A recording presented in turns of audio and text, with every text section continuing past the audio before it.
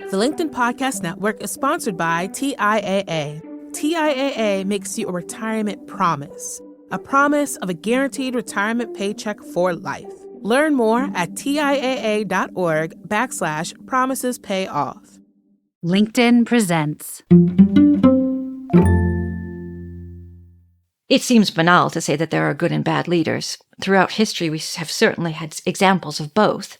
But what about if there were no leaders?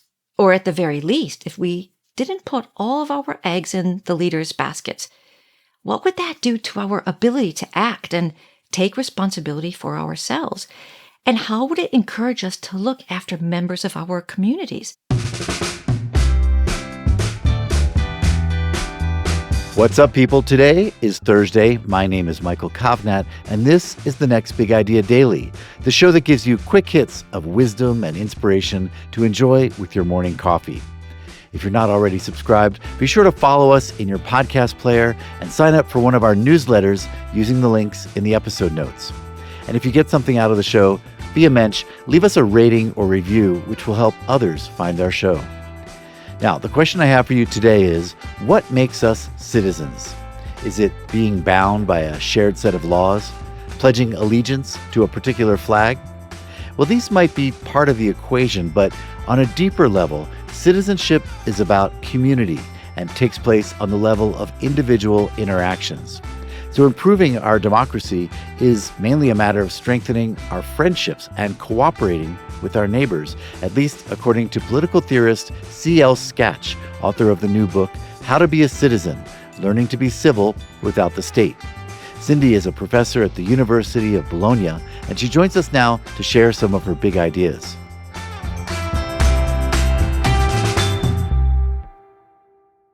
The contemporary American idea of a citizen was vividly parodied in an episode of the sitcom Seinfeld. Jerry Seinfeld and his friends, while visiting a suburban town, joked and laughed as they watched a stranger being robbed. When police arrived and found them laughing, they were arrested for criminal indifference. Shocked and confused, they contacted a lawyer who argued their innocence by claiming that bystanders are by definition innocent. The lawyer went on to complain in court that the police were trying to change nature and create a whole new animal, the guilty bystander.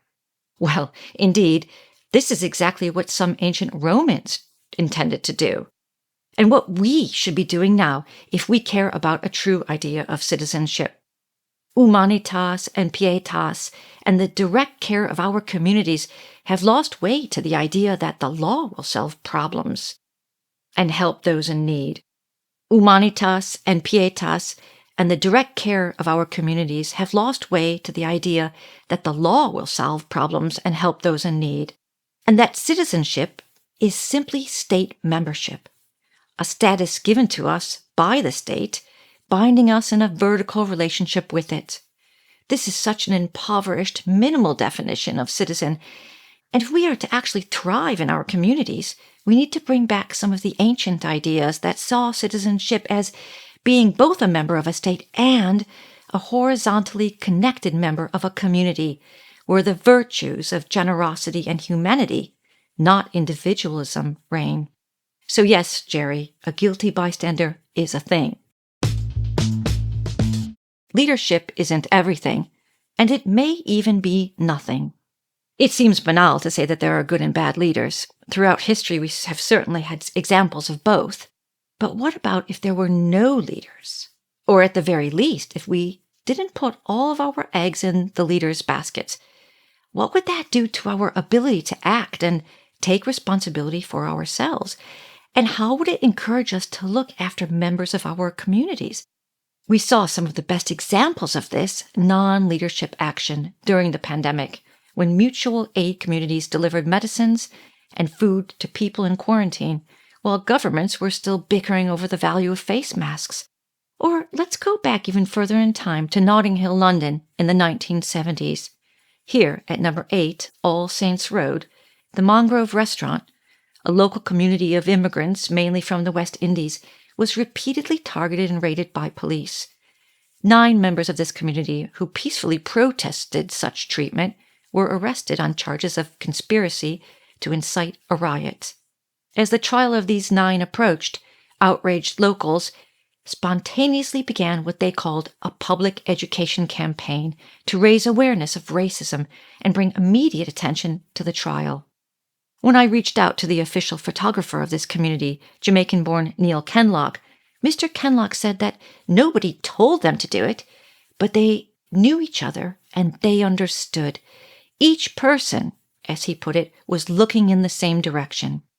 Eventually, the trial ended with the presiding judge acknowledging for the first time racial prejudice and wrongdoing in the London Metropolitan Police. We need only think about how these examples resonate with current protests across university campuses. Let's think about it. Leadership isn't everything, and it may even be nothing. We all need a piazza. Now, this doesn't necessarily mean sunning ourselves in a chair directly outside of an Italian gelateria. It might, but it could more likely mean showing up regularly at a skateboard park in Birmingham, or helping plant trees in a communal orchard in Oxford, or having a drink at Sam's Bar in Boston where everybody knows your name. Because the piazza is an Italian square, yes, but at the heart of the idea, one that dates from ancient architectural history and theory, is the creation of a place where people are free to come together regularly to exchange something that matters to them.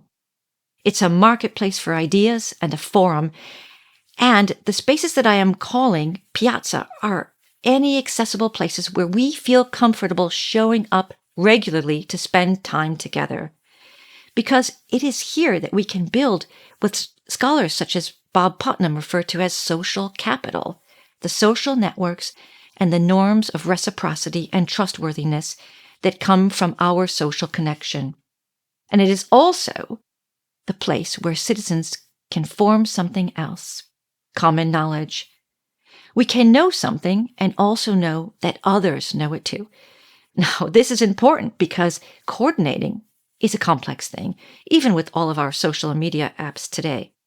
Now, this matters because coordinating is a complex thing, even with all of our social media apps today.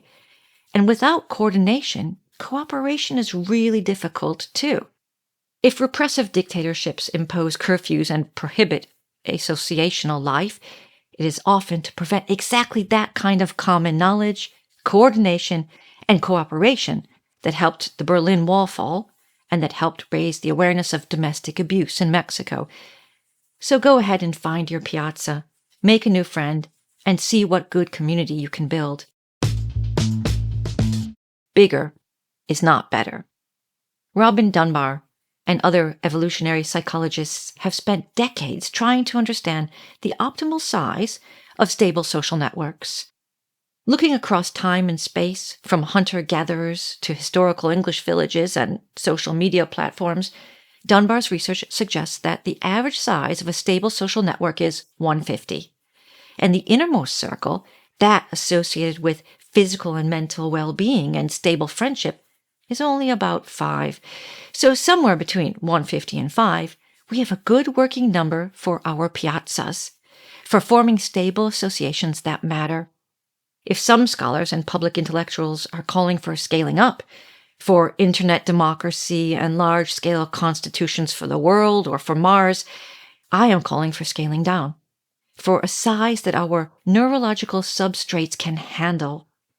Scaling up beyond this risks moving away from exactly the kind of face-to-face local organization that matters in this book and that makes democracy really work. But there is a caveat. Diversity also matters here, too. We do not want homogeneous and exclusive parochial enclaves of 5, because other research in both the social and natural sciences shows us that we are willing to cooperate with those who are different from us, even sometimes across species, if we need to and we try.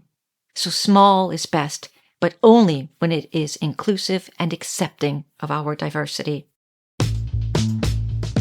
Start this, age 3.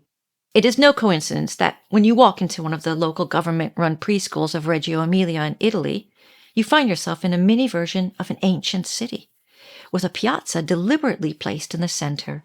Here, children aged 3 to 6 are invited to mix and mingle in the open space, exchanging words and initiating play, observing one another simply.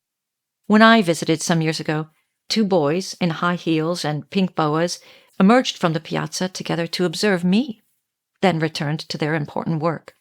For here in this educational model, the emphasis is not on reading proficiency or numeracy at this young age, but on becoming the citizen, the engaged colleague in the piazza.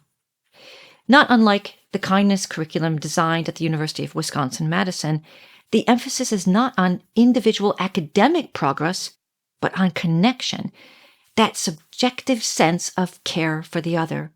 So simple and yet so profound, this early years educational model that begins with the idea of the embodied citizen, one that cares first and foremost not about stickers and achievement, but kindness and connection, must happen.